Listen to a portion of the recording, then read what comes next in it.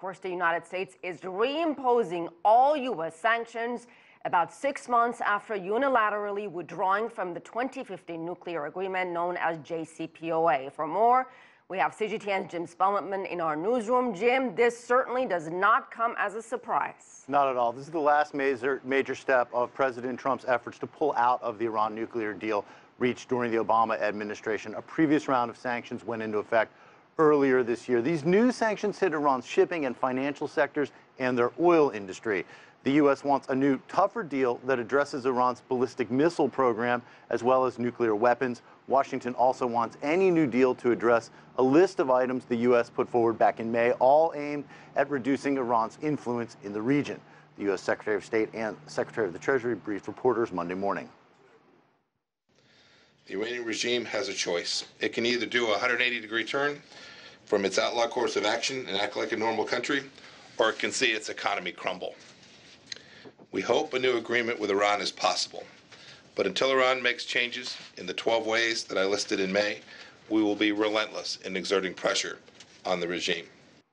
But the White House knows these sanctions could drive up oil prices and hurt U.S. allies. So Washington will grant temporary exemptions to 8 economies: China, India, Italy, Greece, South Korea, the Taiwan region, Turkey, and Japan. Iran will only be permitted to use revenues from the oil sold to economies on the exempt list to buy non-sanctioned items like food and medicine. And don't forget, Iran always complied with the terms of the nuclear deal and are thought to still be in compliance despite the reimposition of U.S. sanctions, Asiye. Yeah, that is very important to point out, Jim. What about reaction in Iran? Well, Iran's president says the new sanctions are illegal and will only further isolate the U.S. on the world stage.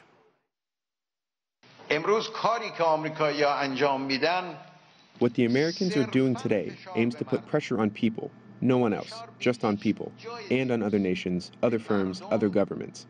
We are not the only ones angry with the Americans. Even the European firms are angry with the U.S. policies. The European governments are also angry with the U.S. policies. There were protests in Iran over the weekend. The current sanctions have already taken a toll on the Iranian economy. The country's currency lost half its value since April. Consumer prices have shot up. Iranians are bracing for the worst. I don't know how long this is going to last, how long we can resist, and whether our government will be able to find solutions for the sanctions and save us. Right now, we are in a whirlpool, and I hope we don't drown.